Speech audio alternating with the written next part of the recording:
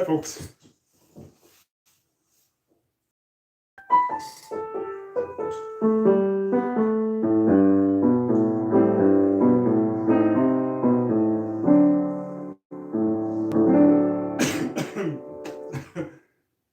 Is the sound coming through? Just let me know in the comments, and hopefully we'll find a few more people to join us and maybe leave a couple requests. I'm not sure which screen to look at here. I have the comments pulled up, as you can see on the laptop on top of my piano. My name is Max, for those who I haven't met, or you're just hearing me for the first time. I thought I'd do just a quick little impromptu live set here on my living room piano for as long as my neighbors don't run me out of town. So without further ado, maybe I'll play some tunes.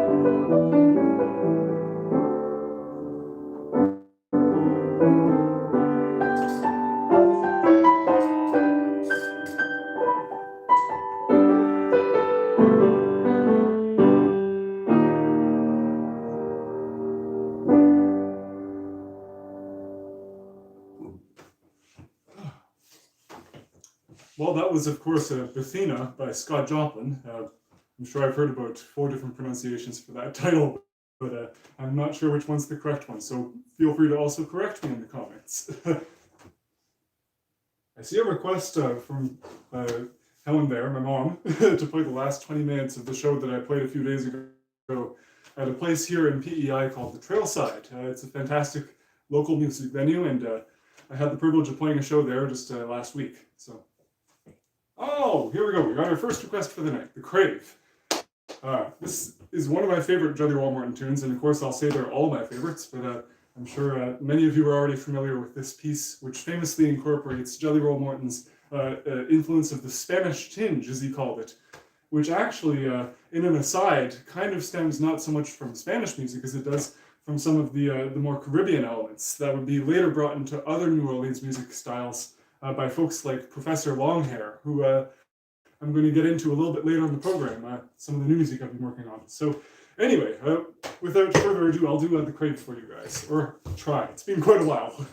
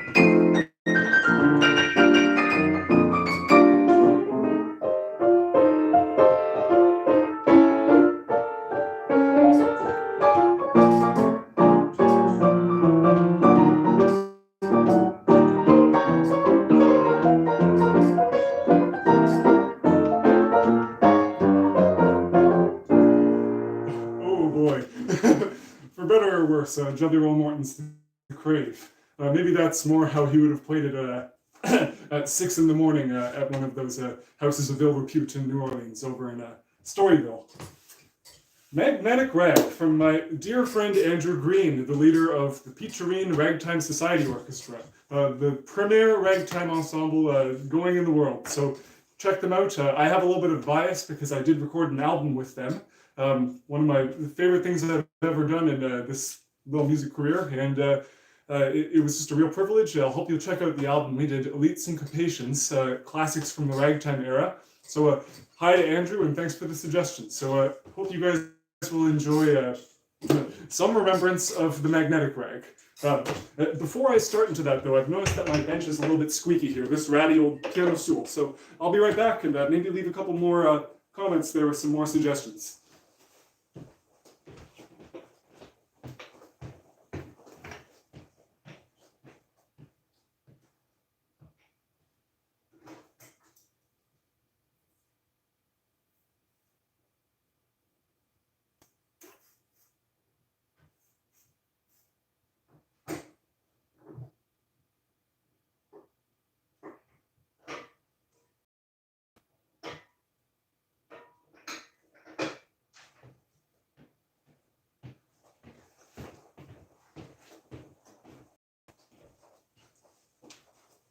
All right, let's see if it works a little bit better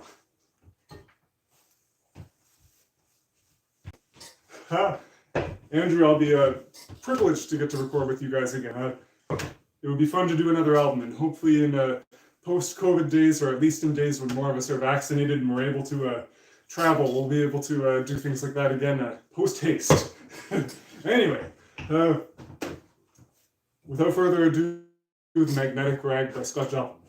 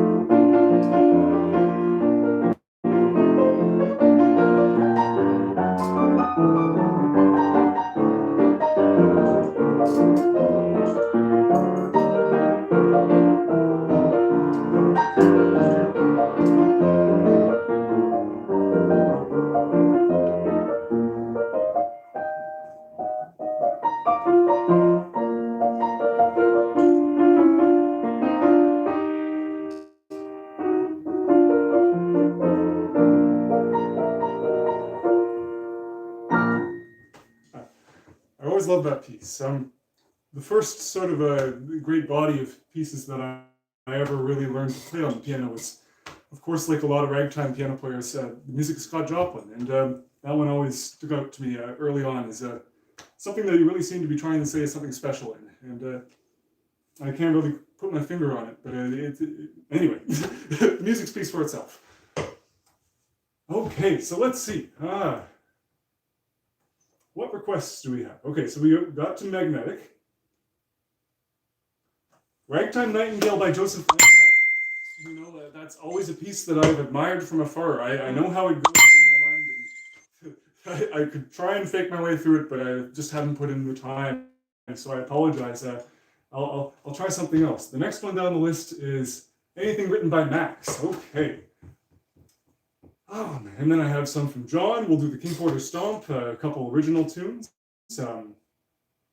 Too Many Spoons. Okay, well, I'll fill two requests in one. I'll do an original tune that I wrote back, I think this is early aughts or something like 2009. And this is a piece that I wrote. There's no real fancy story. I just went for a snack and we didn't have spoons in the drawer. I came up with this piece that same day and I just thought, okay, well, I'll do.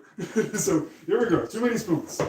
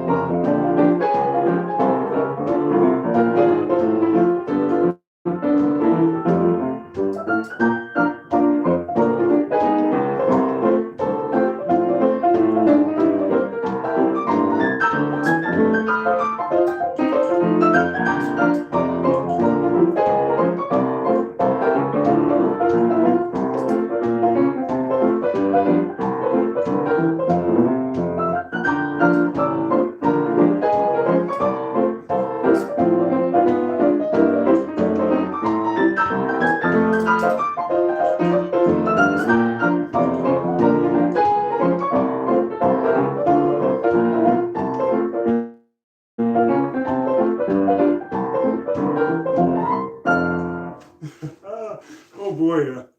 Since then, we've acquired more spoons. It's a bit of a problem at this point. That was Too Many Spoons for those who are just joining us. Actually, yeah, for those who are just joining us, like I said earlier in the program, my name is Max. and I love to play ragtime piano. If you can't tell already, it's a serious problem. Anyway, I'm trying to accommodate as many requests as I can tonight, and this is sort of intended as a prelude for what I want to do is do a weekly series of these. It's been very fortuitous during the COVID interval here that the musicians I know and cherish the most have, a lot of them, kept up online doing these sort of live stream concerts. And I've greatly enjoyed the presentations from Pete Jareen, like we had from Andrew earlier there, and also I've been following my good friend Adam Swanson's streams as well as others too, innumerable to mention. So anyway, let's look at these requests again, see if I can do something more for you.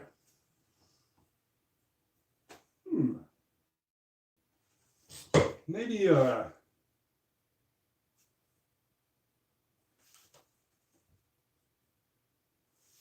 feel like I should do something slow. I don't want this all to be barn burner loud numbers. So and Ragtime Nightingale so far is the only slow one I've done. So rather that has been requested. So I I don't have that one practiced, unfortunately. I can't do that number, but not that any of these are particularly practiced. But anyway, you know what, I'll take an interval and do something that I feel like doing.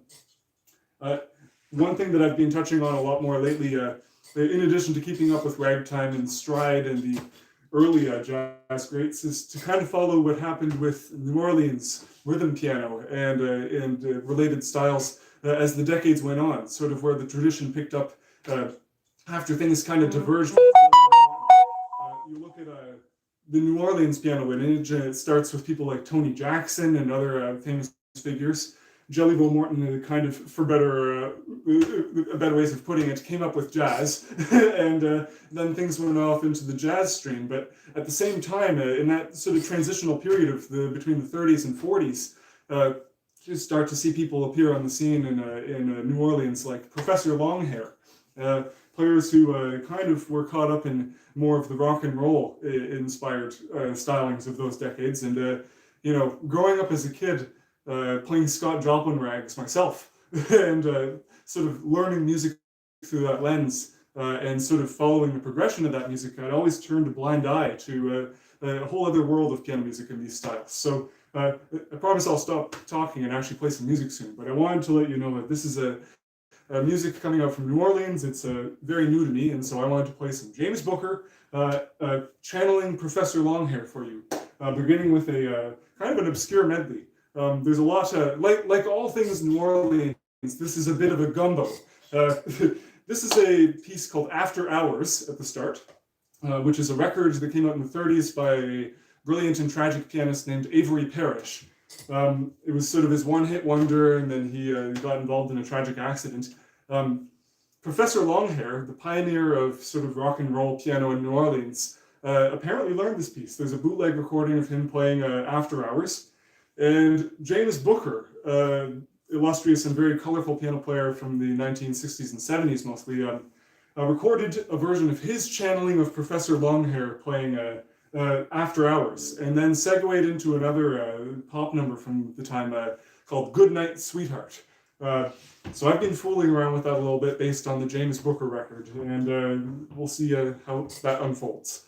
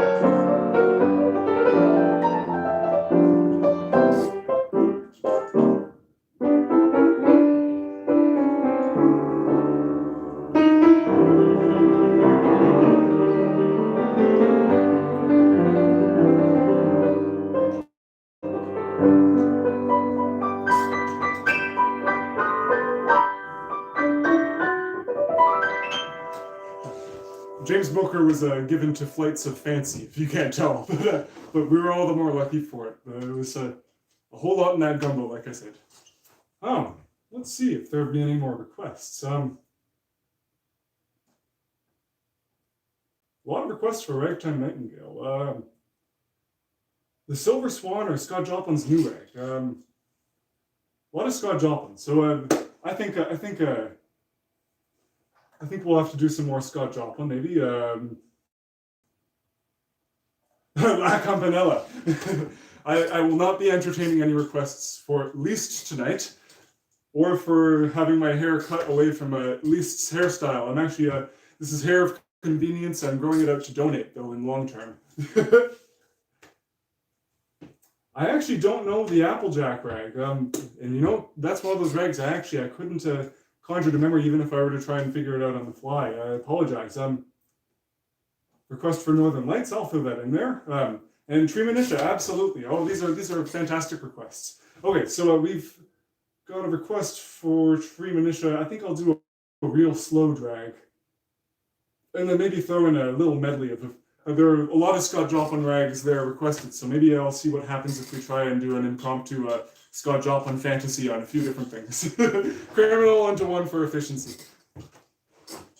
Okay, so I see there was a request for Silver Swan, Scott Joplin's New Rag, and The Entertainer. I'm going to leave that up there and see if we can interpolate those. So.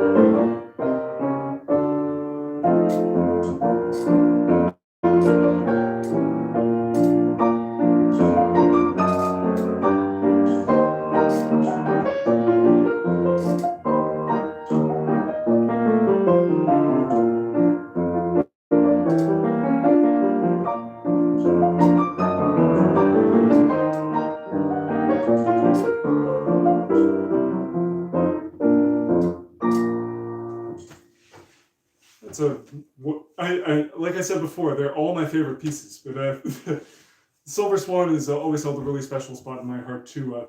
For those who don't know, it's sort of a mysterious piece. The Silver Swan was issued in its day, as far as we know, only on a piano roll.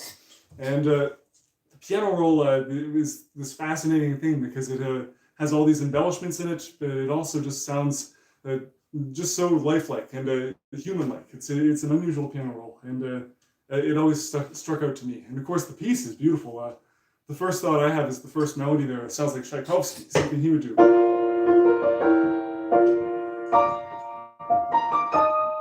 Like, it's just a gorgeous. It's funny. It reminds me of what really seems to tie together a lot of, personally, my favorite of these piano players. But the piano players that really appeal to me are ones who really give thought to what they were trying to put out on the keyboard, and also ones who thought orchestrally. They were thinking, in terms of individual lines and just not the keys falling under their hands.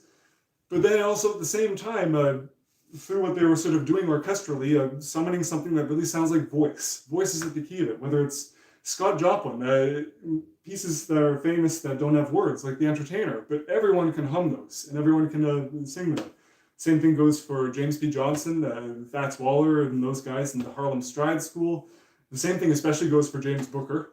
His right-hand lines are very vocal at all times. So just an observation. Anyway, let's see. Looks like there's some more requests. I apologize, I'm not familiar with Latonia Rag. Who wrote that one anyway? I would like to familiarize myself with it. I also see a request for the Fig Leaf Rag, more Scott Joplin, which I haven't practiced, but I could try that one. I mean, the same, like I said before, could go for most any of these. So, well, I'll tell you what, maybe I just played some Scott Joplin, so I'll mix it up a little bit and do another one of my own choices before that. So maybe I'll do the old favorite stride chestnut, the Carolina Shout, before I segue into something else entirely.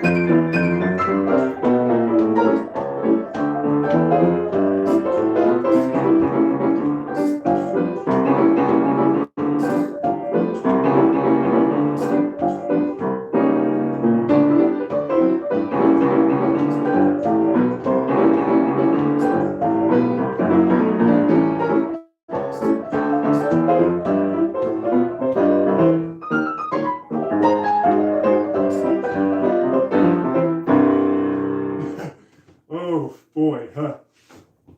That one's a bit of a litmus test. Hmm. Okay. I'm gonna have to catch up to all these requests. I'm sorry. I don't think I'm gonna be able to get all these in tonight.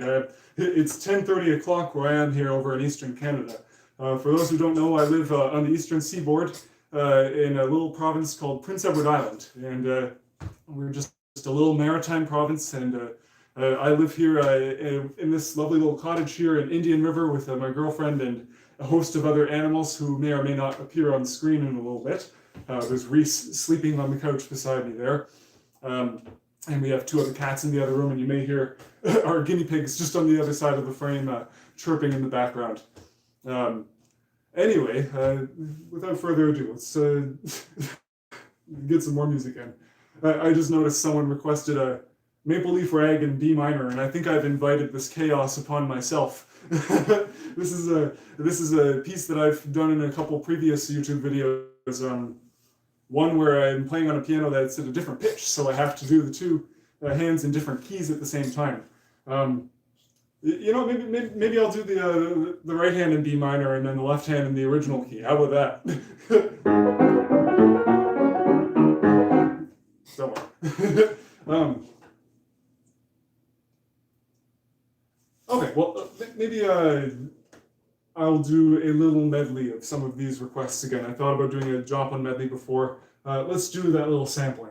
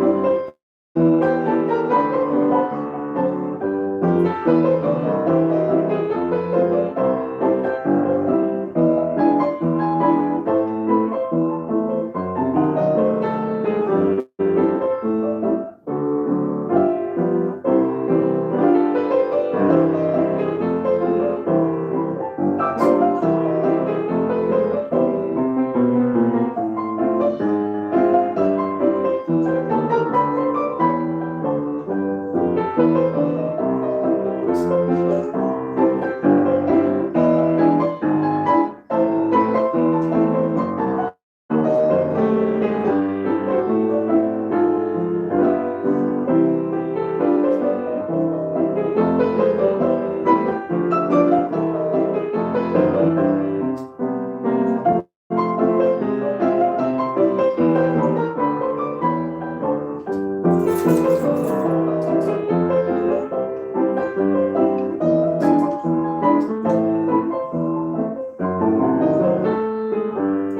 a charm.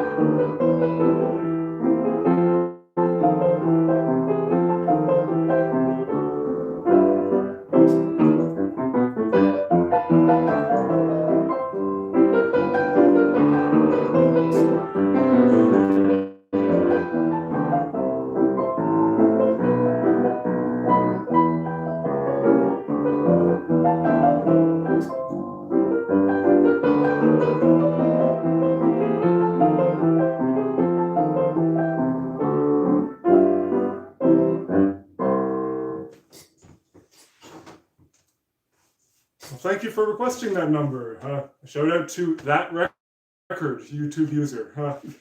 Happy to accommodate any of these requests that I can. I see we have one from Glenn Robeson for O Canada, and I would play that, but I would just have some hesitancy about. I think my neighbors might deign to be foisted upon the national anthem at 10:37 at night. I'm already pushing it as it is with playing a Harlem Stride piano.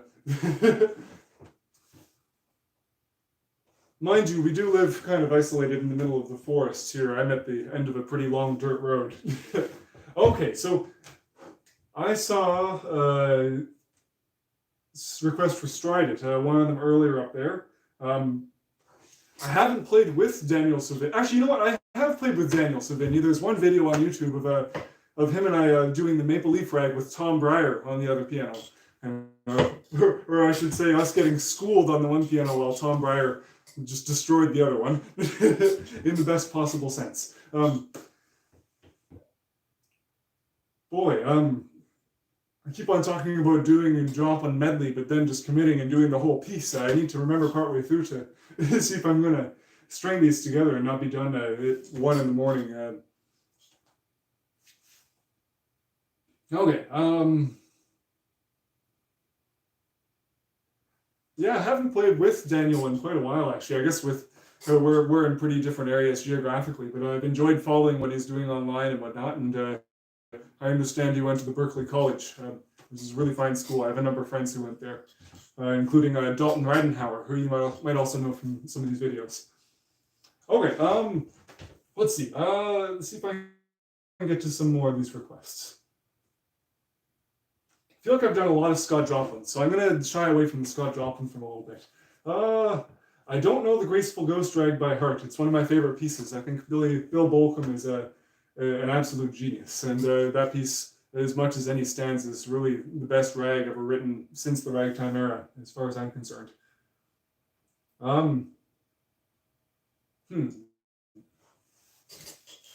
Well, I had some more boisterous numbers planned for later on, so with what I said before in mind, maybe I'll get those out of the way before things get a little too late, and then maybe we can switch into some more evening time music. So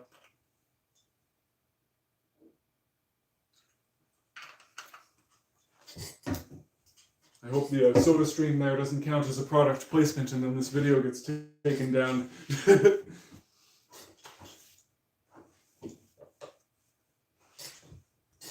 I sure am familiar with Jelly Roll Morton, and you've given me a great excuse to segue. I was looking for something other than Scott Joplin. Which Jelly Roll one shall we do? There was a request earlier for the King Porter Stomp, and that was my first and most favorite Jelly Roll piece. So let's see what Jelly Roll silliness we can conjure here.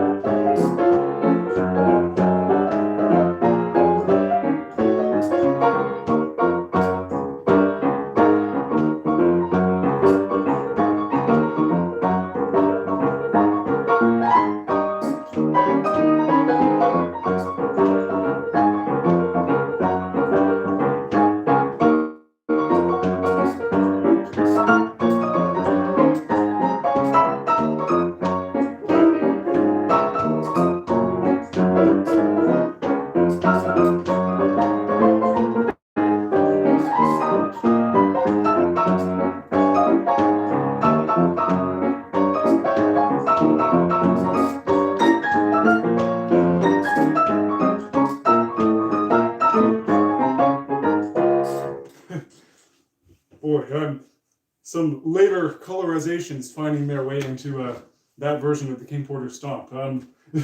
Not Jelly Roll Morton's King Porter Stomp, I guess.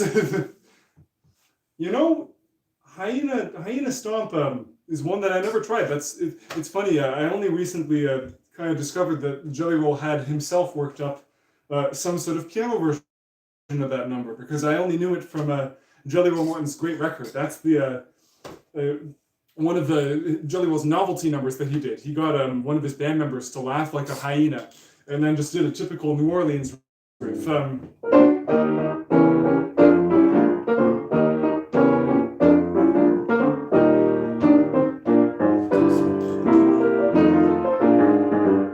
then he just built a whole piece around that while he had this drummer laugh like a hyena, and just like, go check it out. It's one of my favorite things, like the rest of these.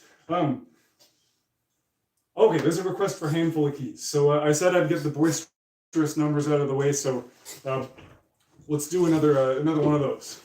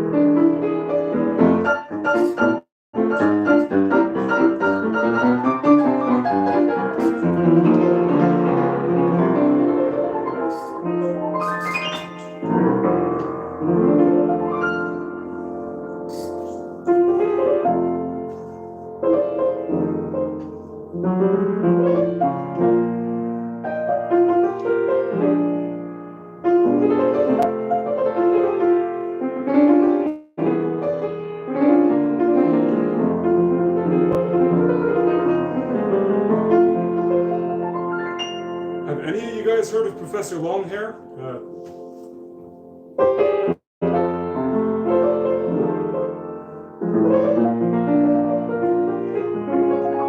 This is a song he wrote in the the 40s called Tipitina.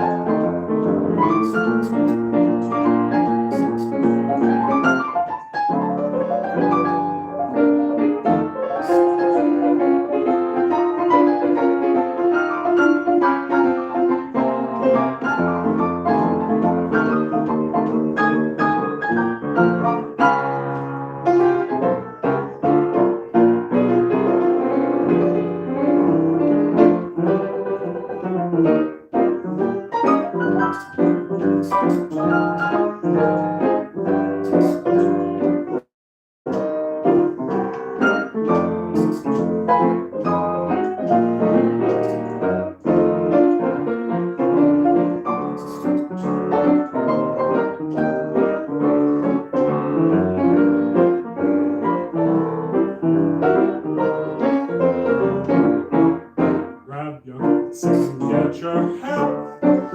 Leave your worries on the doorstep. Walk the step my feet on the sunny side of the street. Can you hear that pitter pat and the happiness in your step? Life can be so sweet on the sunny side of the street. I used to walk in the shade with my blues on parade. Now I'm not afraid. This rover crossed over. If I never learn a set, I really wouldn't be so worried. Don't dust at my feet on the sunny side of the street.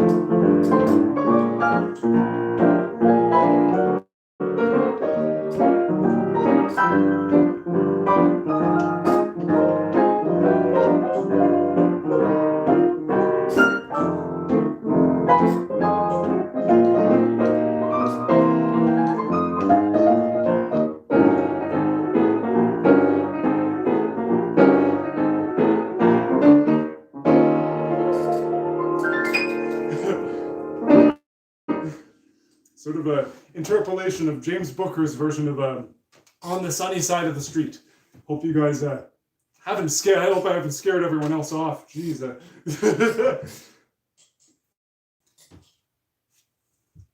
Okay, well, I'll tell you what. You know what? It's almost 11 o'clock right now, and I've just seen a request for the tiger rag. And like I've said innumerable times through this broadcast, I'm hoping to not get run out of this.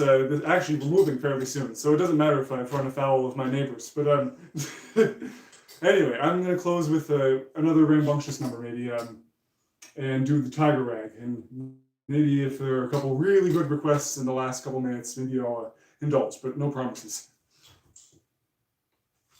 We'll see. If tiger rag gets bungled real bad, then we'll keep going until we have a solid landing.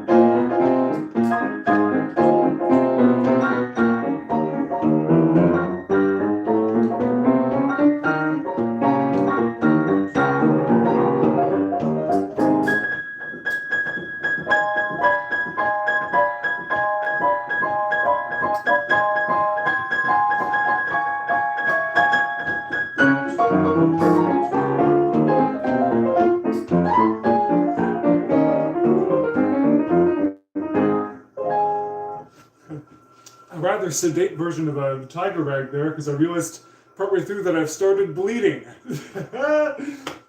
You know, I've heard of I've been there when Tom Breyer has begun bleeding at one or two of his live sets, but this is the first time I've started bleeding myself. So anyway, I see a couple requests there.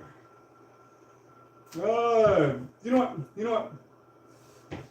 I'll do a couple more. I think you may have realized that I was going to do it anyway. Thank you for the kind words, by the way. For those of you who are listening along as we go here, I really appreciate you being here and listening to the tunes and commenting with your suggestions. It's a pleasure to be with you guys tonight. I'll give some shout outs to Terrero Rothbart. I'm terribly sorry if I butcher any of these pronunciations. I've given our shout out earlier to that record. And here's a hello to Artie360. If I know you in the real world and I'm not recognizing you from your tags, please comment, and I'd love to say hello. Oh, and there's one from Lydia there too. Hi, Lydia.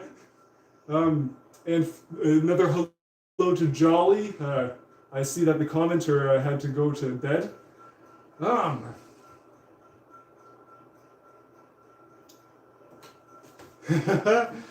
Yeah, you're right. The tiger did bite me, I guess.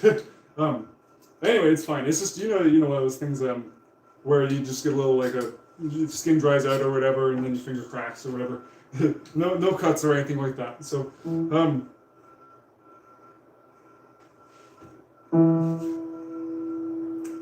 what to play? So many good suggestions tonight. It's hard to pick.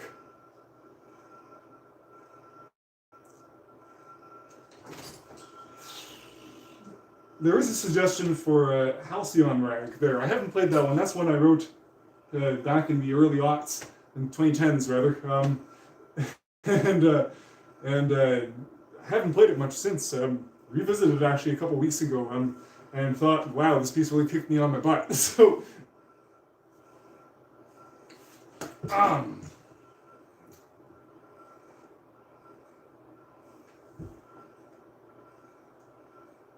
okay, well, let's keep things moving along here a little bit.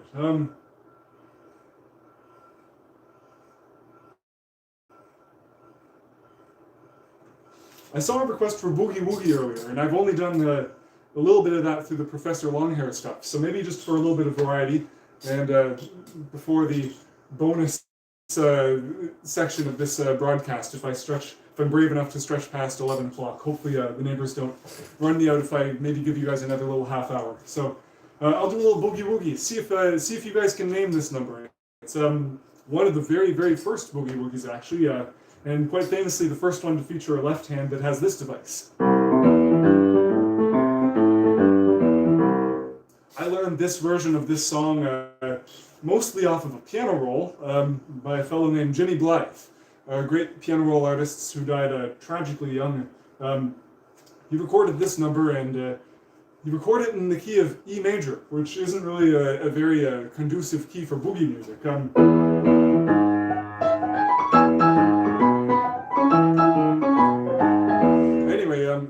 I listened to the 78 recording that was issued at the same time as Jimmy Blythe's piano roll of this number, and sure enough, it sounds like it's in B major.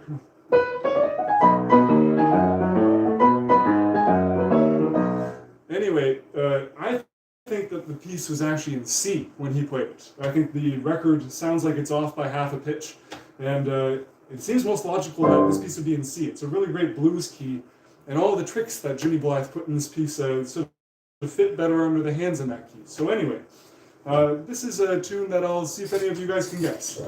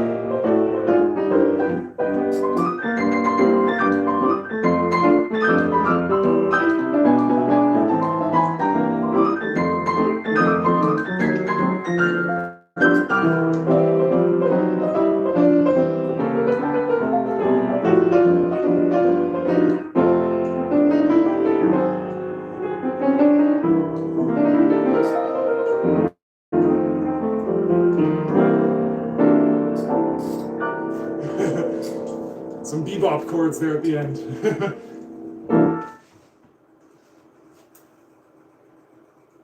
Okay, so that piece is called Mr. Freddie Blues. I'm not sure who actually originated that number, but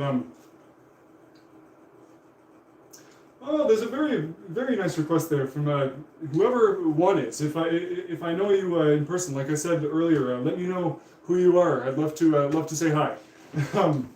But anyway, a request for one for Dad. So this one goes out to my father, David. A great pleasure to dedicate this tune to him. This is a tune I wrote a long time ago. It's a waltz, and it's called One for Dad.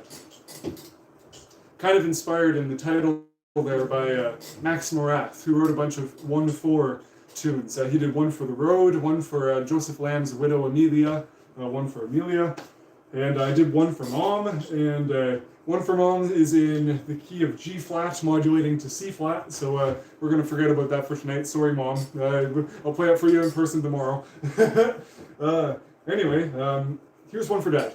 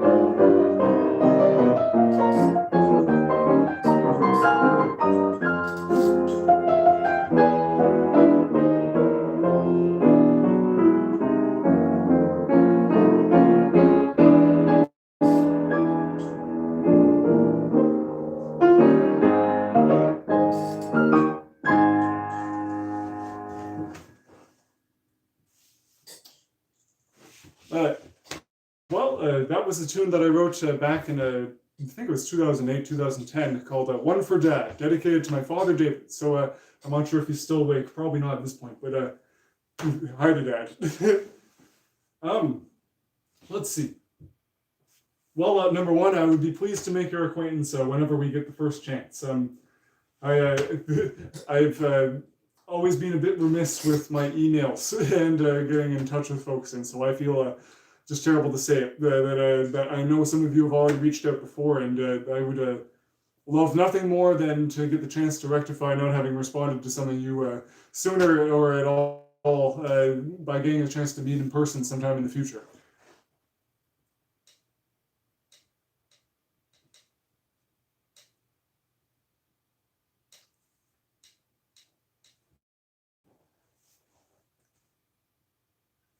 Well, to that record, I hope to go to the Scott Joplin Ragtime Festival if I ever do get a chance again sometime soon. Obviously, once the restrictions lift, but the real trouble comes on my end from making it a financially viable trip, just because there are restrictions in place, probably with good place. But anyway, we need to get visas to come down from Canada, and I think for each one-off gig, it's something like at the end of the day, you're spending almost $1,000, and then with a crazy turnaround time beforehand, and it's a real headache. Eventually, I'd like to get, there's a different kind of visa that you can get that's sort of more of a permanent thing, but you have to have achieved a certain level of notoriety. So, see, someone asked how Tom is doing. The last I heard, Tom was moved from the facility that he was in up to be with his family. And it seems like people are having a bit of an easier time getting things like letters and so on delivered to him. And I really hope that Tom's doing better. I also think I remember learning something recently about Tom getting back into actual restorative therapy, which is something that we're all extremely relieved to hear. I last got to see Tom a few years ago at the West Coast Ragtime Festival, and it's been far too long since. And I'm just glad that he's back with folks, not just stuck in that facility. Thank you for the compliments on the one for Dad. I miss him and I miss Tom and his sight reads as well. I am familiar with Fred Elizalde. Again, I'm butchering the pronunciation, but sorry, I'm just looking back through the comments here and seeing if I can respond to any of this stuff. My friend Vincent, a dear friend of mine, Vincent Johnson, early on sent me a few transfers of recordings by Fred Elizalde, and there's one in particular that really stands out to me. Harmonizing. I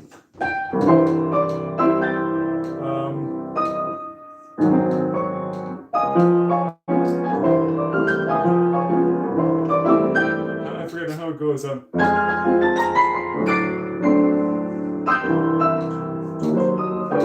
have to learn that piece, but anyway, Fred Elizalde is just fantastic. Someone else also asked, they said my piano's in great tune, and asked if I had any problems keeping it tuned in a maritime environment. They say that the winter has played havoc with their piano in New York City. First I should say up front that my day job is tuning pianos. I haven't done much work on this one in a number of months, so it needs a little bit of a work, but I'm glad that it sounds in tune for you.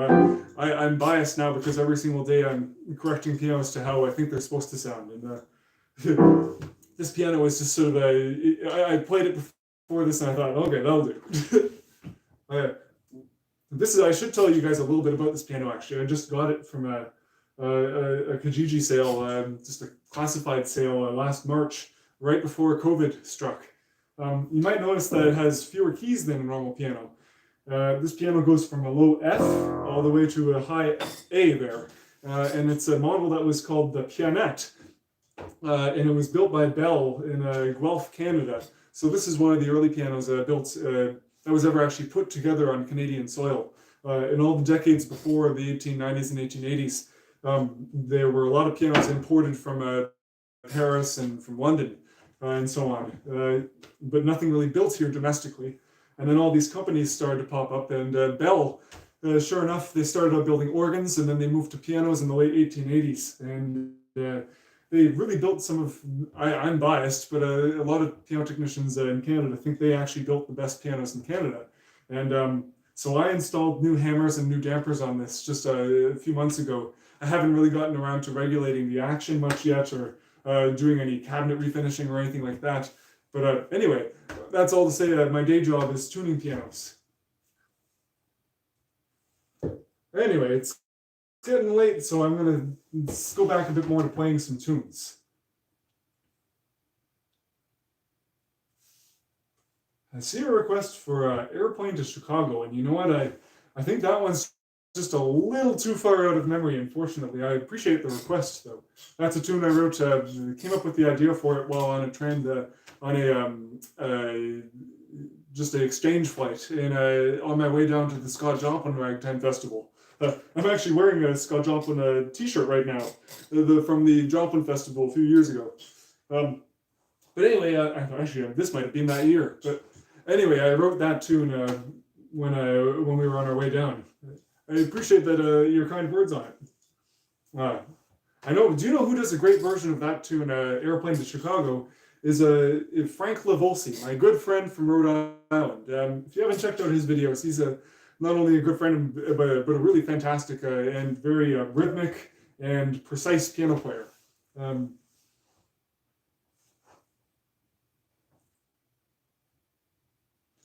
Anyway, let's do some more music. I promised earlier in the program that I'd do a selection from Treemonisha. I don't recall who suggested that first, but I'll try doing my favorite number from Treemonisha. This is the finale, and a piece that Scott Joplin, after he published the full score, he actually apparently liked the piece so much and thought it would sell that he issued a separate sheet of it. One of the only pieces, 2 or 3 that he extracted from it to sell to the broader public. So here is Treemonisha's "A Real Slow Drag."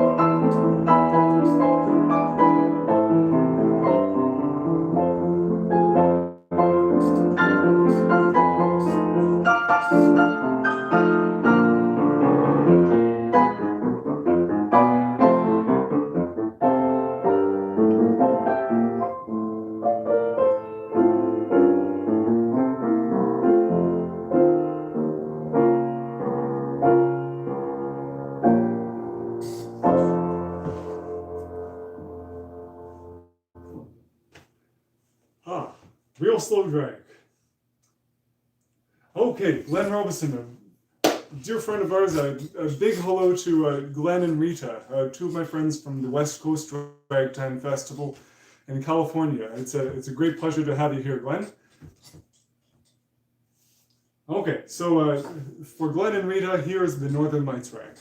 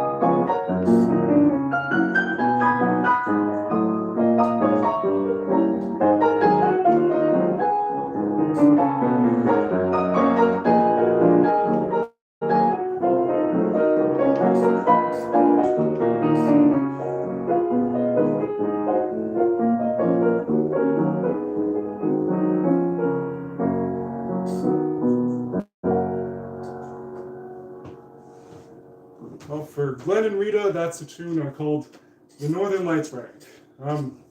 I always tag along with that piece a little anecdote about the fact I came up with the melody for that piece.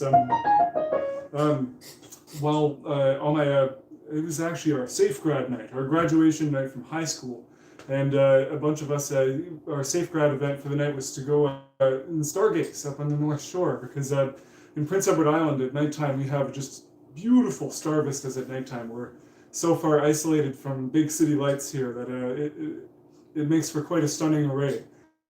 Um, and that night, we didn't see the northern lights that night, but we saw the Milky Way striped through through the top of the sky there, just the arm of the galaxy. Um, and I thought Milky Way rag just doesn't sound very poetic, so I've always said along with that piece that it's a bit of a fib. Should be called the Milky Way rag, but it sounds more poetic as Northern Lights. I hope you guys enjoyed that. I'm glad that you liked the ending. Thanks. I always worried sometimes that I may have laid it on a little bit too thick with that piece.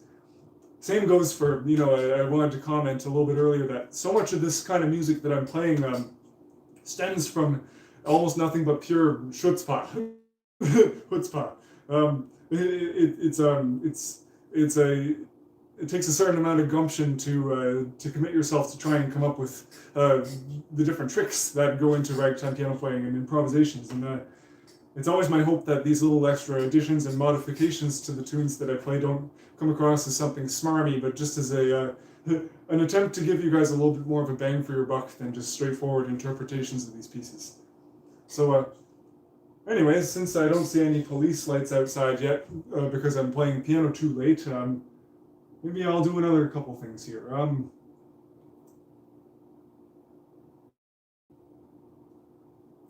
Oh, I see a comment there from RD360 saying this is a really special night. Thanks for sharing it with us all. Thank you for saying that, and I'd bounce it right back at all of you, saying thank you for joining me here tonight. It's a pleasure to be here doing a live stream for you, and without further ado, some more tunes. So, Scott Michaud has asked what is my favorite Fats Waller piece, and it's none of the sort of the boisterous things that he did. I always thought that one of the greatest pieces that he was associated with was I'm going to sit right down and write myself a letter.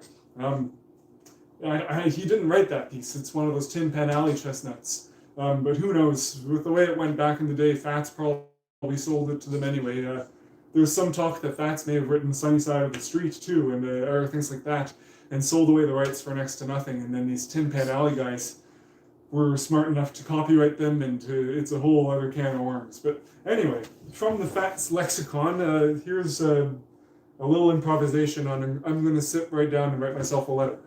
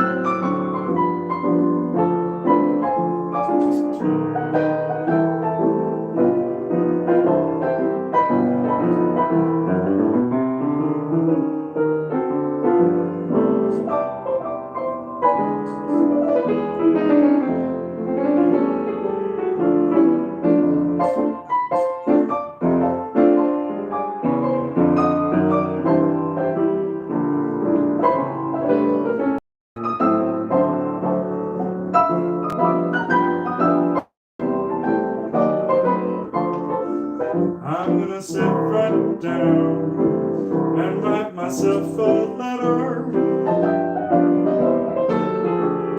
and close with love the way you do. I'm gonna write words oh so sweet, gonna knock me off my feet with a lot of kisses on the bottom. I'll be glad I got 'em. I'm gonna smile and say, I hope you're feeling better.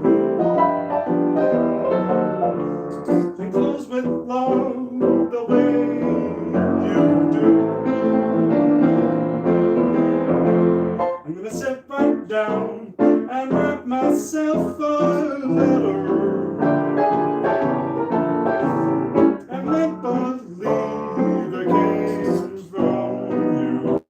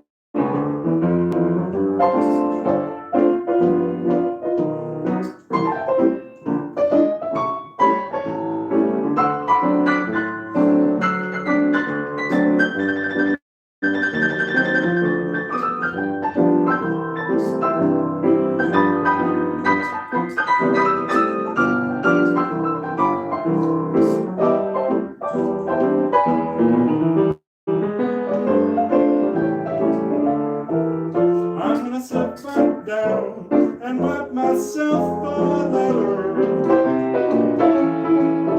and make believe it came from you. Boy, so it's something like that. Yes, as Fats would say. You're right, Glenn. Glenn says, if play all you want, if the cops find you, I'll pay it. That's sure appropriate if you've ever seen the video from Fats Waller of the joint is jumping, because things could get topical real fast here if we bring that number out. You know, Michael Truong, I'm sorry if I'm butchering the pronunciation of your name, but I haven't played that tune before, but I would forward you to my friend who, in terms of stride piano nicknames, I've dubbed the Face Melter. Martin Spitznagel does the best version of that. Like, I don't think any of us really can dare to touch it after Martin Spitznagel has done what he did with that tune. Bob Zerke wrote that one, the Hobson Street Blues. Fun fact about that tune and that composer, Bob Zerke, who wrote the Hobson Street Blues, is the only piano player I can think of that Jelly Roll Morton gave praise to in some of his interviews. He said that Bob Zerke, as far as jazz goes, knows what he's doing, or something like that. So, I see another commenter has said that they've purchased all of my sheet music PDFs, and that they hope they can play all of my pieces one day. Well, I sure appreciate that. I'm glad that you've enjoyed the pieces, and I hope that I can play them all one day too soon. I don't have probably half of them practiced up, but I'm certainly not ready to play. Well, like I said before, maybe I'll make my cutoff time midnight, and that's a hard deadline. So I'll stop talking and see if I can squeeze in a couple more tunes for you here. I've been saying that all night, but we'll see how long it keeps on going. Thank you for sticking around and listening, folks. Well, I guess that brings me to the next question of what to play next. I'll work my way up the list.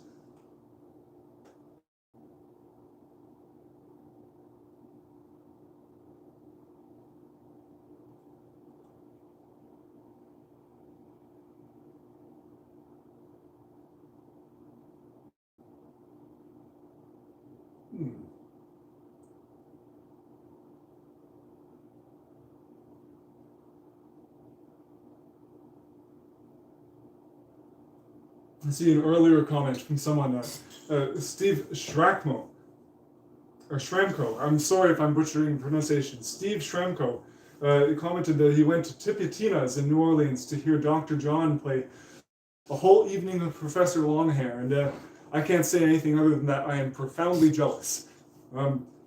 To, for one thing, even get to go to Tipitina's in New Orleans, where so many of these greats played.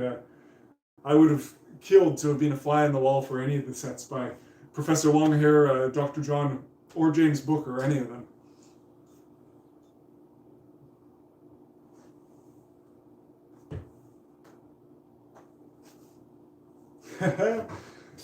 I see the comment from Glenn, check your weapons at the door. Well, if the cops do turn up to put this thing to an end, hopefully they will leave their weapons. Okay, well, maybe I'll do another Jelly Roll Morton number, since most of my sets are usually fairly Jelly Roll Morton heavy, and I've only done a couple of his numbers. So, how about we give a little bit of airtime to the piece that I think really demonstrates Jelly Roll's theory of jazz better than almost anything else. A number he wrote called The Pearls. I always single this out because it shows the way that he used the piano to try and sound like a full band, the New Orleans jazz band at the time. It has everything from a tuba feature at the second half.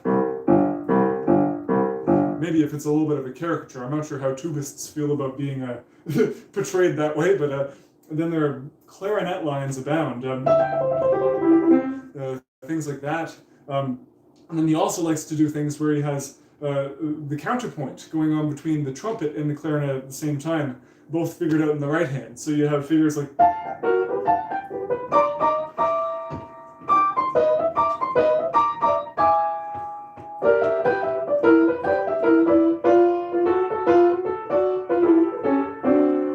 You know, there's more than two notes there, but those sort of contrapuntal lines.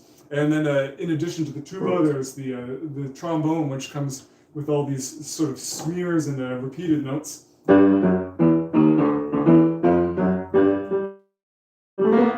know, sort of tailgate trombone stuff.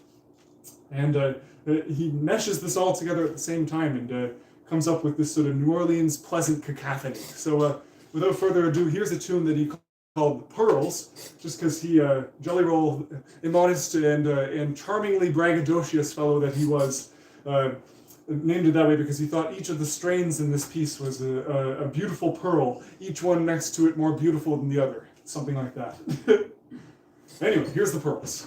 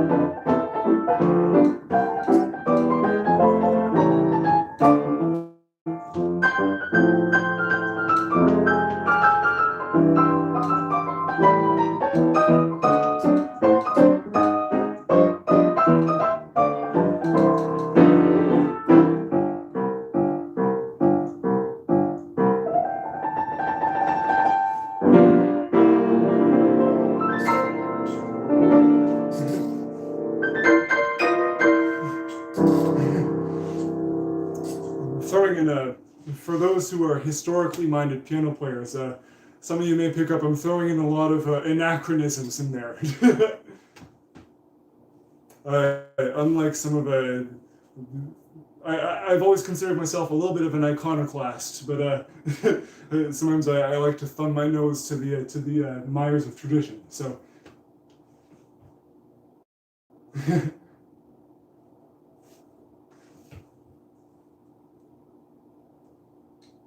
So Scott Michaud has asked if I know any Oscar Peterson or if that strays too far from the ragtime wheelhouse. I'm a great admirer of Oscar Peterson, my fellow countryman, actually, now I think of it. But I haven't tackled any of his pieces outside of one of the blues etudes that he wrote, which I played in my university years. And boy, I would be hard pressed to try and remember it right now, but I'm certainly a big fan of Oscar Peterson.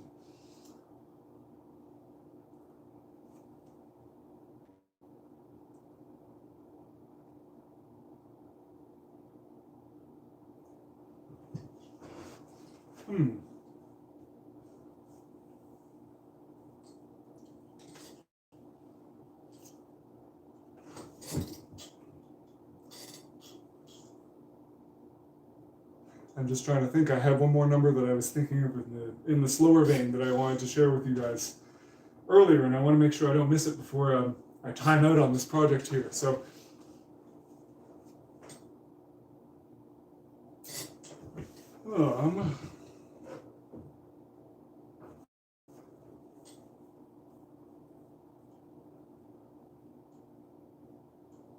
Maybe I'll give you guys I'm going to foist a little bit more James Booker on you guys.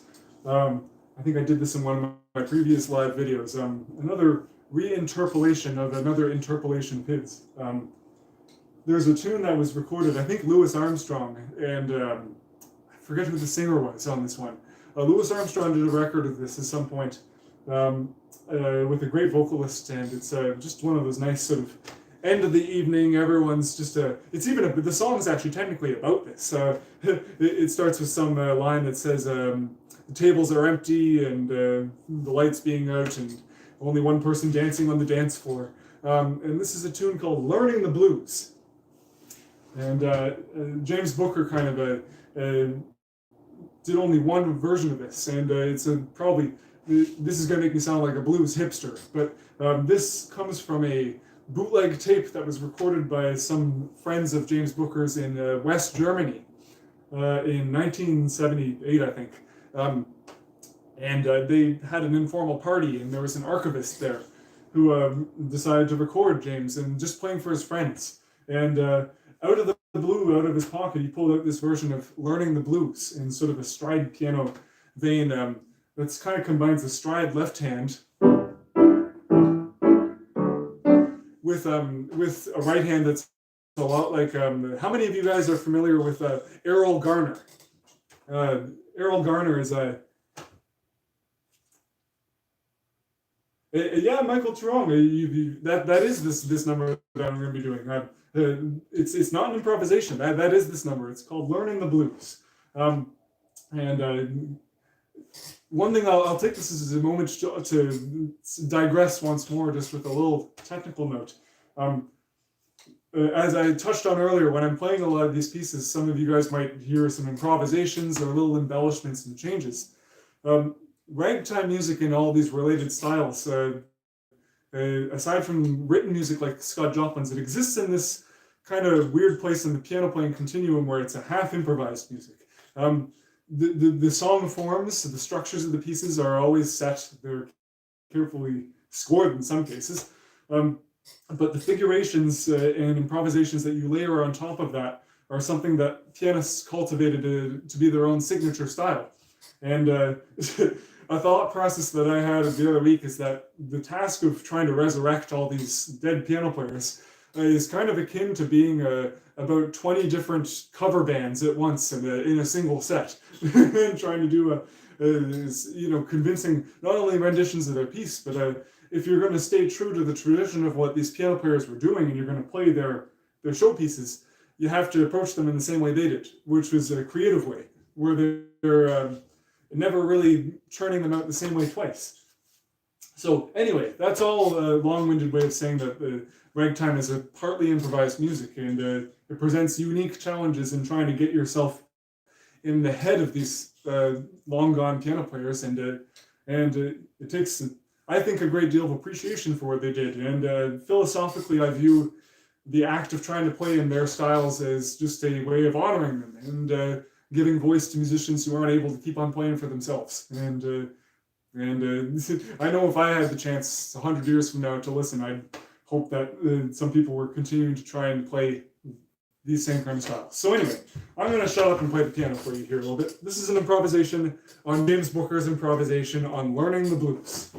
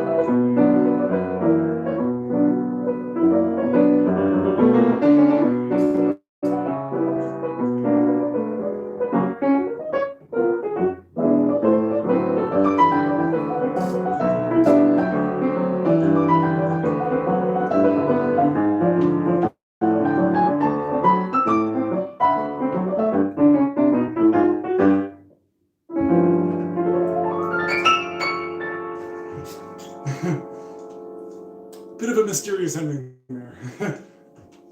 Well, folks, I want to thank you again for tuning in for this. We've come to the penultimate, well, no, the ultimate number of tonight's impromptu concert. I'll take this opportunity again to let you guys know that this is a prelude to what I'm hoping to make a regular impromptu free concert series. Well, not impromptu, it's supposed to be a regular series.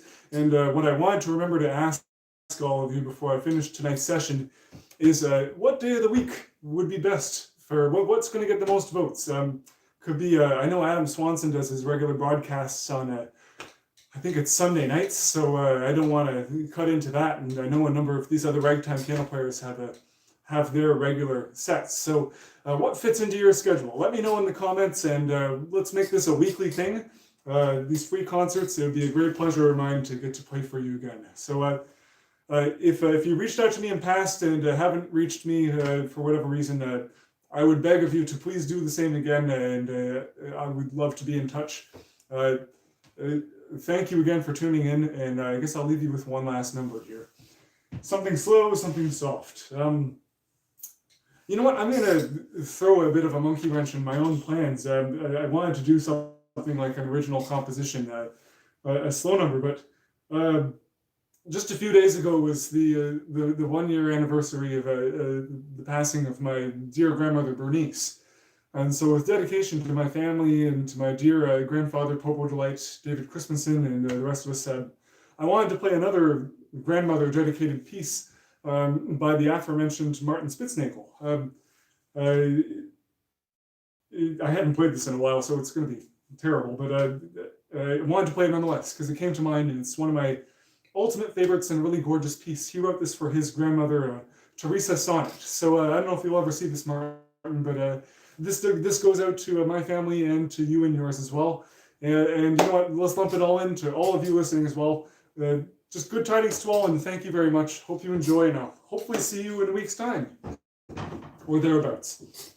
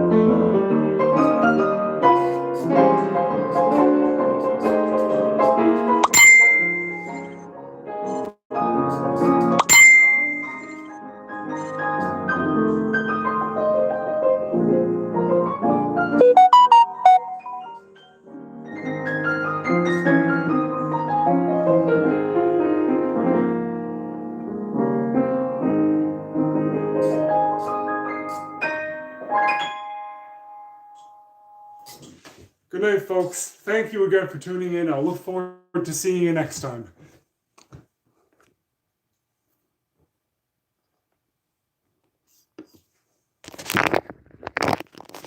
And for those who may be interested, there's the blood on the keys.